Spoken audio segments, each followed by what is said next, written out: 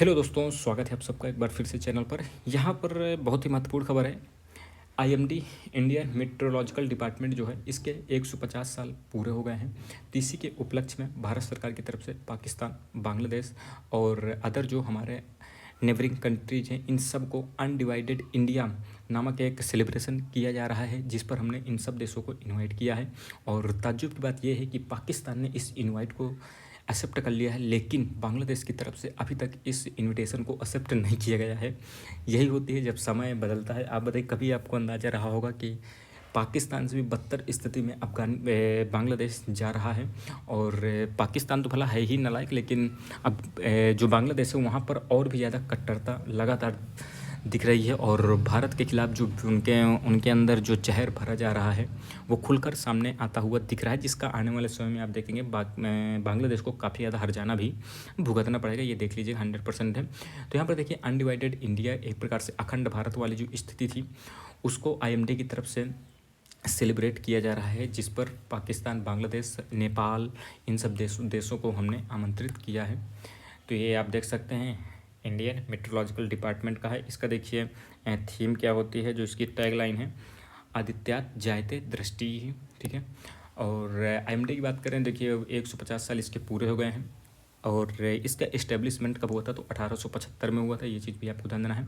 अब देखिए इसमें किन किन देशों के को हमने इनविटेशन भेजा है, तो पाकिस्तान, अफ़गानिस्तान, म्यांमार, भूटान, मालदीव, श्रीलंका और नेपाल को है जो कि भेजा है।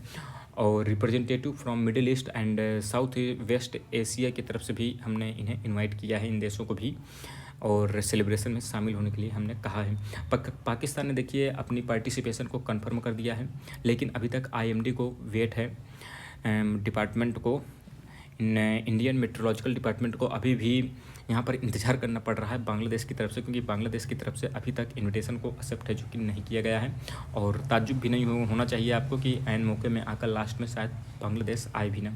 यहाँ पर देखिए सीनियर आईएमडी ऑफिशियल ने कहा, we wanted official from all countries that were part of undivided India during IMD's establishment to be part of the celebration. यहाँ पर देखिए आईएमडी की बात इसलिए हो रही है ना सबसे ज़्यादा, क्योंकि देखिए ये एक मौसम विज्ञान से संबंधित है। और ये जितने भी डिजास्टर आप देखेंगे 1875 के बाद से जितने आए हैं, शुरुआती समय में थोड़ा बहुत छोड़, उसके बाद से इसने काम बहुत अच्छा किया है।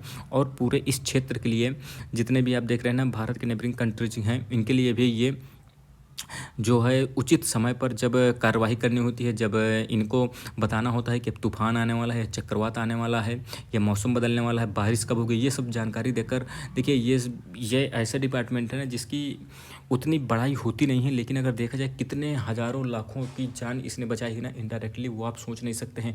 आप भी देखते हैं जब उड़ीसा के तट पर या पश्चिम बंगाल के तट पर कोई भी चक्रवात आता है, तो आप देखते हैं कि आईएमडी पहले ही चेतावनी जाहिर कर देता है कि इतने किलोमीटर तक आप घर खाली कर दीजिए और इन लोगों को वहाँ से घर से इन्हें निकाल कर दूसरी जगह शिफ्ट कर दीजिए। सोचिए कितने लोगों की जान है जो कि बच जाती है। तो इसकी देखिए वैल्यू बहुत ज़्यादा है, बस वो उतना ज़्यादा एडवर्टाइज इसका नहीं हो पाता है, क्योंकि ये जानें बचा लेता है पहले ही, कोई भी दुर्घटना होने से पहले ही ये सेव कर देता है लोगों को, इसलिए इसकी ज़्यादा चर्चा उतनी होती नहीं है। यहाँ पर देखिए इस सेलिब्रेशन में मैराथन होंगे, एग्जीबिशंस होंगे, वर्कशॉप होंगी और ओलंपियाड भी है जो कि इसमें शामिल किए गए हैं। ये आप देख सकते हैं आईएमडी की तरफ से ये ट्वीट किया गया है।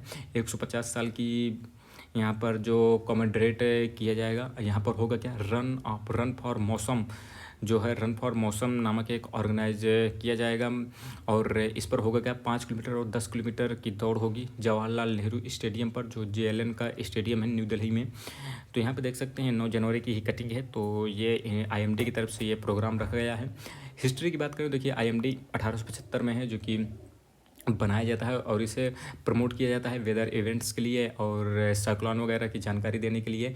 1864 में ये कलकत्ता में स्थापित होता है। कलकत्ता में स्थापित होने के बाद देखिए 2 मानसून यहाँ पर फेल्योर आते हैं 1866 में, 1871 में, जिसके बाद से 1875 में इसके जो है गठन की बात की जाती है। 1875 में इसका गठन कर दिया जाता है। आपको पता ही है 1866 और 1871 के आसपास में ही बंगाल में फेमिनाइन काफ़ी ज़्यादा भयंकर है जो कि फैला था फेमाइन, जिसके कारण से बहुत ही लाखों लोग वहाँ पर मारे जाते हैं, जिसके बाद से IMD का इस्टेब्लिशमेंट है जो कि किया जाता है ब्रिटिश एडमिनिस्ट्रेशन के द्वारा इसको स्थापित किया जाता है। इसका देखिए इनिशियली जो हेडक्वार्टर होता है वो कलकत्ता में होता है। इसके बाद 1905 में इसे शिमला लाया जाता है, 1928 में पुणे लाया जाता है और 1944 में अंततः न्यू दिल्ली को है जो कि इसका हेडक्वार्टर बना दिया जाता है। यहाँ पर देखिए ये बहुत ही अच्छी एजेंसी है और एशिया के लिए ये फॉरकास्टिंग एजेंसी के रूप में काम करती है, बहुत ही अच्छे तरीके से अपना ये काम करती है। इंडिपेंडेंस के बाद इसने बहुत अच्छी तरह से काम किया है साइंस और टेक्नोलॉजी में। और जब टेलीग्राम का इरा था तो IMD जो है relied on telegrams for major updates but soon adopted message switching computers for global data exchange and acquire some of the first electronic computers for climate research. देखिए इसकी सबसे बड़ी खूबियाँ क्या है इस समय की, वर्तमान में आप देखेंगे ना, आपके मैसेज में भी आप देखते हैं IMD की तरफ से इंपॉर्टेंट नोटिस आ जाती हैं। जब आपके एरिया में कहीं भी साइक्लोन आना हो या बाढ़ जैसी स्थिति हो तो पहले से ही अब तो आपको मैसेज से भी जानकारी दे दी जाती है कि आपके एरिया में ये हो सकता है नेचुरल डिजास्टर आए, इसलिए आपको पहले से ही आगाह है जो कि कर दिया जाता है। IMD जो है देखिए इसरो से भी जुड़कर काम करता है। इसरो के द्वारा ही इन्होंने देखिए इनसैट नामक जो है अपना एक सैटेलाइट जो कि लॉन्च किया था, जो कि वेदर को मॉनिटर करने के लिए और साइक्लोन वार्निंग्स के देने के लिए महत्वपूर्ण था। तो देखिए IMD का ये इतिहास था और यहाँ पर मैंने आपको बताया कि पाकिस्तान ने एक्सेप्ट कर लिया है इस इनविटेशन को। आप बताइए क्या लगता है आपको कि बांग्लादेश इनविटेशन को एक्सेप्ट करेगा या नहीं करेगा, ये भी आप बता सकते हैं। और भारत को क्या ये इनविटेशन पाकिस्तान को देना चाहिए था या नहीं देना चाहिए, ये भी आप बता सकते हैं कमेंट बॉक्स में। बाकी मिलते हैं अगली वीडियो में, तब तक धन्यवाद, जय हिंद।